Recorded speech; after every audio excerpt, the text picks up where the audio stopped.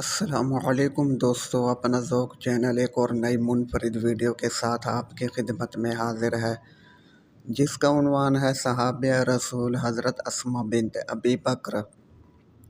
حضرت اسماء بنت ابی بکر رضی اللہ عنہما ہماری اس صحابیہ نے مجدد شرف کو ہر طرف سے سمیٹ رکھا تھا۔ ان کے والد، ان کے دادا اور ان کی بہن، ان کے خاوند اور ان کے صاحبزادے، ان سب لوگوں کو رسول اللہ صلی اللہ علیہ وسلم کی صحبت سے فیض یابی کا شرف حاصل تھا۔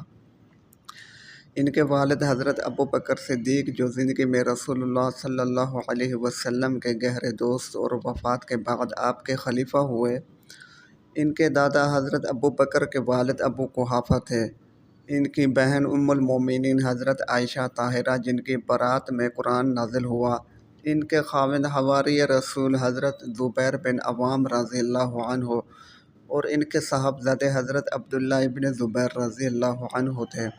مختصراً اتنا جان لینا کافی ہے کہ وہ حضرت اسماء بنت ابی بکر رضی اللہ عنہا ہیں۔ حضرت اسماء رضی اللہ عنہا سابقین اسلام میں سے تھی۔ 17 مردوں اور عورتوں کے سوا اس فضل عظیم میں کسی دوسرے انسان کو ان کے اوپر سبقت حاصل نہیں۔ ان کا لقب ذات النطاقین تھا۔ ان کا یہ لقب اس وجہ سے پڑا کہ انہوں نے ہجرت مدینہ کے موقع پر رسول اللہ صلی اللہ علیہ وسلم اور اپنے والد کے لیے ذات سفر اور پانی کے مشکیزہ کا انتظام کیا، اور جب ان دونوں چیزوں کو باندھنے کے لیے کوئی چیز نہیں ملی تو انہوں نے اپنے کمر بند کے دو ٹکڑے کر کے ایک ٹکڑے سے توشہ دان اور دوسرے سے مشکیزے کا منہ باندھ دیا۔ اس موقع پر رسول اللہ صلی اللہ علیہ وسلم نے ان کے لیے دعا فرمائی کہ اللہ تعالیٰ اس کے عوض ان کو جنت میں 2 کمربند عطا فرمائے۔ اسی وجہ سے ان کا لقب ذات النطاقین پڑ گیا۔ ان کی شادی حضرت زبیر بن عوام رضی اللہ عنہ سے ہوئی تھی، جو ایک مفلس نوجوان تھے۔ ان کے پاس نہ کوئی خادم تھا جو ان کی خدمت کرتا، نہ گھوڑے کے علاوہ کوئی مال تھا جسے وہ اپنے اہل و عیال پر فراوانی کے ساتھ خرچ کرتے۔ ایسی صورت میں حضرت اسماء رضی اللہ عنہا ان کے لیے ایک بہترین رفیقہ حیات ثابت ہوئیں۔ وہ ان کی خدمت بھی کرتی اور ان کے گھوڑے کی دیکھ بھال اور اس کے رکھ رکھاؤ کے ساتھ ساتھ اس کے چارے کے لیے کھجور کی گٹھلیاں بھی پیستی تھیں۔ یہاں تک کہ اللہ تعالیٰ نے حضرت زبیر رضی اللہ تعالیٰ عنہ کو کشادگی اور فراخی رزق سے نواز دیا اور ان کا شمار مالدار ترین صحابہ کرام میں ہونے لگا۔ حضرت اسماء بنت ابی بکر رضی اللہ عنہما کے اندر وہ عمدہ خصائل، شریفانہ عادات و اطوار اور غیر معمولی عقل و خرد کے ساتھ ساتھ حلم و بردباری کی جو بہترین خوبیاں یکجا تھیں، وہ شاذ و نادر ہی کسی دوسری عورت میں اکٹھی پائی جاتی ہوں گی۔ ان کی سخاوت و دریا دلی بے مثل تھی۔ ان کے صاحبزادے حضرت عبداللہ بن زبیر رضی اللہ عنہ کا بیان ہے، میں نے کبھی کسی 2 عورتوں کو نہیں دیکھا جو میری خالہ عائشہ اور میری والدہ اسماء رضی اللہ عنہما سے زیادہ فیاض ہوں۔ البتہ دونوں کی فیاضی ایک دوسرے سے مختلف تھی۔ میری خالہ کا حال یہ تھا کہ وہ چیزوں کو جمع کرتی رہتی تھیں، یہاں تک کہ جب ان کے پاس کافی چیزیں جمع ہو جاتی تھیں تو وہ انہیں ضرورت مندوں میں تقسیم کر دیا کرتی تھیں، لیکن میری والدہ کوئی چیز اگلے روز کے لیے بچا کر نہیں رکھتی تھی۔ اس کے علاوہ حضرت اسماء رضی اللہ عنہا بڑی عقل مند اور دور اندیش خاتون تھیں اور مشکل حالات میں نہایت دانش مندانہ رویہ اختیار کرتی تھیں۔ حضرت ابو بکر رضی اللہ عنہ جب رسول اللہ صلی اللہ علیہ وسلم کے ساتھ ہجرت کے سفر پر روانہ ہوئے تو اپنا سارا مال، جس کی مقدار 6000 درہم تھی، اپنے ساتھ لیتے گئے اور اہل و عیال کے لیے کچھ بھی نہیں چھوڑا۔ جب ان کے والد ابو قحافہ کو، جو اس وقت تک ابھی مشرک تھے، ان کی روانگی کی خبر ہوئی، انہوں نے گھر آ کر حضرت اسماء رضی اللہ عنہا سے کہا، خدا کی قسم میرا خیال ہے کہ ابو بکر رضی اللہ عنہ صرف یہ کہ تم لوگوں کو تنہا چھوڑ کر چلے گئے ہیں، بلکہ اپنے ساتھ اپنا مال بھی لیتے گئے ہیں۔ اس طرح تم لوگوں کو مالی پریشانی میں مبتلا کر گئے ہیں۔ لیکن حضرت اسماء رضی اللہ عنہا نے ان کو اطمینان دلاتے ہوئے کہا، نہیں دادا جان، ایسی بات نہیں ہے۔ وہ ہمارے لیے کافی مال چھوڑ کر گئے ہیں۔ پھر انہوں نے بہت سی کنکریاں جمع کی اور انہیں دیوار میں بنے ہوئے ایک طاق میں رکھا جس میں وہ مال رکھتے تھے، اور ان کے اوپر ایک کپڑا ڈال کر اپنے دادا جان کا ہاتھ پکڑ کر کہا، دادا جان دیکھیے وہ ہمارے لیے کتنا زیادہ مال چھوڑ کر گئے ہیں۔ اور انہوں نے اپنا ہاتھ رکھتے ہوئے کہا، تب کوئی حرج نہیں اگر وہ یہ سارا مال تم لوگوں کے لیے چھوڑ گئے ہیں تو بہت اچھا کیا ہے۔ دراصل وہ اس طرح بڑے میاں کے دل کو تسکین دینا چاہتی تھیں، نیز وہ یہ بھی نہیں چاہتی تھیں کہ وہ ان کے اوپر اپنا مال خرچ کریں، کیونکہ ان کو کسی مشرک کا احسان گوارا نہیں تھا، خواہ وہ ان کا دادا ہی کیوں نہ ہو۔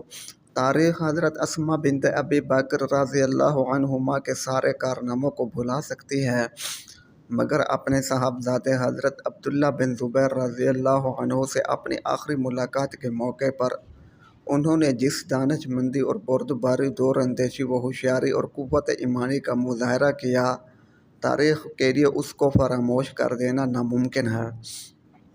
یزید بن معاویہ کے مرنے کے بعد حضرت عبداللہ بن زبیر رضی اللہ عنہ کے ہاتھ پر خلافت کی بیعت کی گئی تھی، اور پورا حجاز، مصر، عراق، خراسان اور شام کا بیشتر علاقہ ان کے ماتحت آ گیا تھا۔ اس کے فوراً بعد بنو امیہ نے حجاج بن یوسف کی قیادت میں ایک لشکر جرار ان کے مقابلے کے لیے روانہ کر دیا، اور فریقین کے درمیان کئی زبردست معرکے برپا ہوئے۔ ان معرکہ آرائیوں میں حضرت عبداللہ بن زبیر رضی اللہ عنہ نے غیر معمولی شجاعت و مردانگی کا مظاہرہ کیا، جو ان کے جیسے بہادر شاہ سواروں کے شایان شان تھا، لیکن دھیرے دھیرے ان کے بہت سے حامی ان کا ساتھ چھوڑ کر الگ ہوتے گئے۔ آخرکار وہ اور ان کے تھوڑے سے باقی ماندہ ساتھی بیت اللہ میں پناہ لینے پر مجبور ہو گئے۔ حضرت عبداللہ بن زبیر رضی اللہ عنہ نے اپنی شہادت سے صرف چند گھنٹے پہلے اپنی والدہ حضرت اسماء رضی اللہ عنہا کی خدمت میں، جو اس وقت کافی بوڑھی تھیں اور نابینا بھی ہو چکی تھیں، حاضر ہو کر سلام کیا۔ حضرت اسماء رضی اللہ عنہا نے ان کے سلام کا جواب دینے کے بعد کہا، عبداللہ، اس وقت جب کہ حجاج کی قلعہ شکن توپوں کی شدید سنگ باری جو وہ تمہارے آدمیوں پر کر رہے ہیں، جو کہ حرم میں پناہ گزین ہیں، اس سے مکے کے در و دیوار لرز رہے ہیں، تم کس ضرورت سے آئے ہو؟ امی، میں اس وقت آپ سے کچھ مشورہ لینے کے لیے حاضر ہوا ہوں، انہوں نے جواب دیا۔ مجھ سے مشورہ لینے آئے ہو؟ کس معاملے میں؟ حضرت اسماء رضی اللہ عنہا نے تعجب سے پوچھا۔ زیادہ تر لوگوں نے میری مدد سے ہاتھ کھینچ لیا ہے، اور وہ حجاج کے خوف یا اس سے مالی فوائد کے حصول کی امید پر میرا ساتھ چھوڑ کر چلے گئے ہیں۔ یہاں تک کہ میرے لڑکے اور گھر والے بھی مجھ سے کنارہ کش ہو گئے ہیں۔ اب میرے ساتھ صرف تھوڑے سے آدمی رہ گئے ہیں، اور ان کا بھی حال یہ ہے کہ جب ان کی قوت برداشت جواب دے جائے گی تو وہ بھی گھنٹے 2 گھنٹے سے زیادہ نہیں ٹک سکیں گے۔ اور ادھر بنو امیہ کے قاصد برابر میرے سامنے یہ پیشکش کر رہے ہیں کہ اگر میں ہتھیار ڈال دوں اور عبد الملک بن مروان کی بیعت کر لوں تو وہ میرا ہر دنیاوی مطالبہ ماننے کے لیے تیار ہیں۔ انہوں نے کہا، عبداللہ، یہ تمہارا اپنا معاملہ ہے اور تم خود اپنے بارے میں زیادہ بہتر جانتے ہو۔ اگر تمہیں اپنے موقف کی حقانیت اور صداقت کا یقین ہے اور تم حق کی طرف دعوت دے رہے ہو تو اپنے موقف پر ڈٹے رہو، اور اپنے ان ساتھیوں کی طرح صبر و استقلال سے کام لو جنہوں نے تمہارے جھنڈے کے نیچے لڑتے ہوئے اپنی جانیں دے دی ہیں۔ اور اگر تم اس کے بدلے دنیا حاصل کرنا چاہتے ہو تو تم ایک بہت برے آدمی ہو کہ خود کو بھی ہلاک کیا اور اپنے آدمیوں کو بھی۔ یہ کہتے ہوئے ان کی آواز بلند ہو گئی تھی، لیکن اس صورت میں آج لازماً قتل کر دیا جاؤں گا۔ حضرت عبداللہ نے کہا، یہ تمہارے لیے اس بات سے بہتر ہے کہ تم اپنے آپ کو حجاج کے حوالے کر دو اور بنو امیہ کے لڑکے تمہارے سر سے کھیلیں۔ حضرت اسماء رضی اللہ عنہا نے فرمایا، میں قتل ہونے سے نہیں ڈرتا بلکہ مجھے اس بات کا خوف ہے کہ وہ میرا مسئلہ کر دیں گے۔ حضرت عبداللہ نے کہا، قتل ہو جانے کے بعد ایسی کوئی چیز نہیں ہے جس سے آدمی خوف محسوس کرے، اس لیے کہ بکری جب ذبح کر دی جائے تو کھال کھینچنے سے اس کو کوئی تکلیف نہیں ہوتی۔ حضرت اسماء رضی اللہ عنہا نے فرمایا، یہ سن کر حضرت عبداللہ کی پیشانی خوشی سے جھوم اٹھی، اور انہوں نے کہا امی کتنی عظیم ہیں آپ اور کتنی عظیم ہے آپ کی سیرت، میں اس وقت آپ کے پاس یہی باتیں سننے کے لیے حاضر ہوا تھا۔ خدا کی قسم نہ میرے حوصلے پست ہوئے ہیں، نہ میرے اندر کسی قسم کی کمزوری پیدا ہوئی ہے۔ خدا گواہ ہے کہ میں جس کام کے لیے اٹھ کھڑا ہوا ہوں اس کا مقصد دنیا اور اس کے عیش و آرام کی طلب نہیں ہے، بلکہ میرے پیش نظر اس بات پر اپنے غم و غصے کا اظہار ہے کہ اللہ تعالیٰ کی حرام کردہ چیزوں کو حلال کر دیا گیا ہے، اور یہ لیجئے میں آپ کی پسندیدہ چیز کی طرف جا رہا ہوں۔ جب میں قتل کر دیا جاؤں تو میرے اوپر حزن و ملال کا اظہار کرنے کے بجائے اپنے معاملے کو خدا کے سپرد کر دینا۔ مجھے تمہارے اوپر غم اس وقت ہوتا جب تم باطل کی راہ میں قتل کیے جاتے۔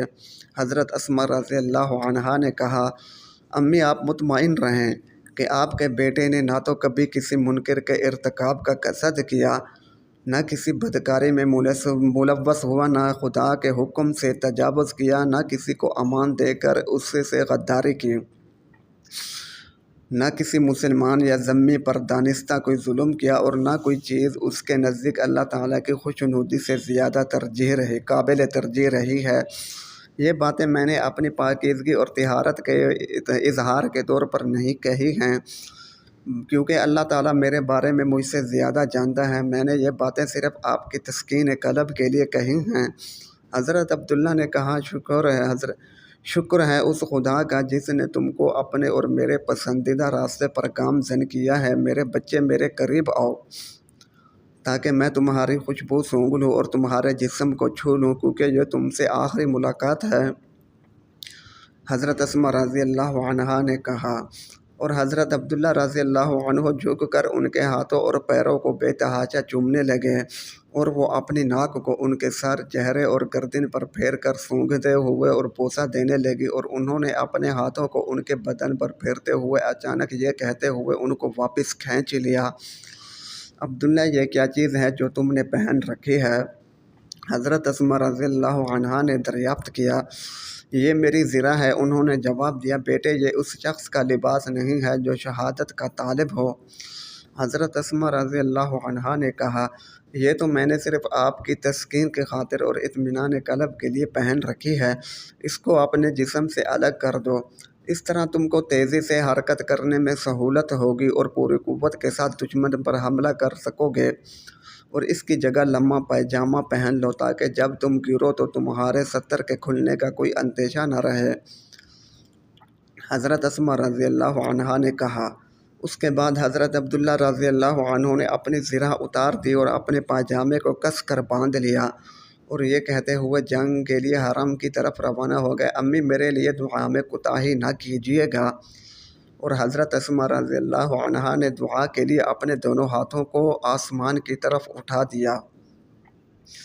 یا الہی رات کی تاریکیوں میں جب لوگ میٹھی نیند کے مزے لے رہے ہوتے ہیں، اس کے طویل قیام میں اس کی شدت گریہ زاری اور اس کی سستیوں پر رحم فرمانا۔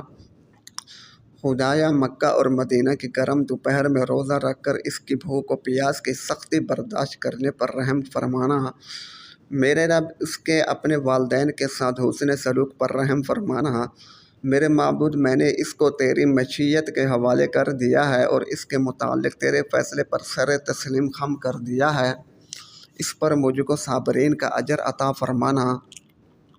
اور اس روز کا سورج ابھی غروب نہیں ہوا تھا کہ حضرت عبداللہ بن زبیر رضی اللہ عنہ اپنے رب کے جوار رحمت میں پہنچ چکے تھے، اور ان کی شہادت پر 10 سے کچھ ہی زیادہ دن گزرے تھے کہ ان کی والدہ حضرت اسماء بنت ابی بکر رضی اللہ عنہما بھی ان سے جا ملی۔ اس وقت اگرچہ ان کی عمر 100 سال تھی، مگر اس پیرانہ سالی کے باوجود نہ تو ان کا کوئی دانت ٹوٹا تھا، نہ کوئی داڑھ گری تھی، نہ ان کی عقل میں کسی قسم کی کوئی خرابی پیدا ہوئی تھی، رضی اللہ عنہا و ارضاہا۔ دوستو یہ تھی ہماری آج کی کاوش، امید ہے آپ کو پسند آئی ہوگی۔ مزید اس طرح کی علمی اور معلوماتی ویڈیوز کے لیے ہمارے اس چینل کو سبسکرائب کر لیں۔ شکریہ۔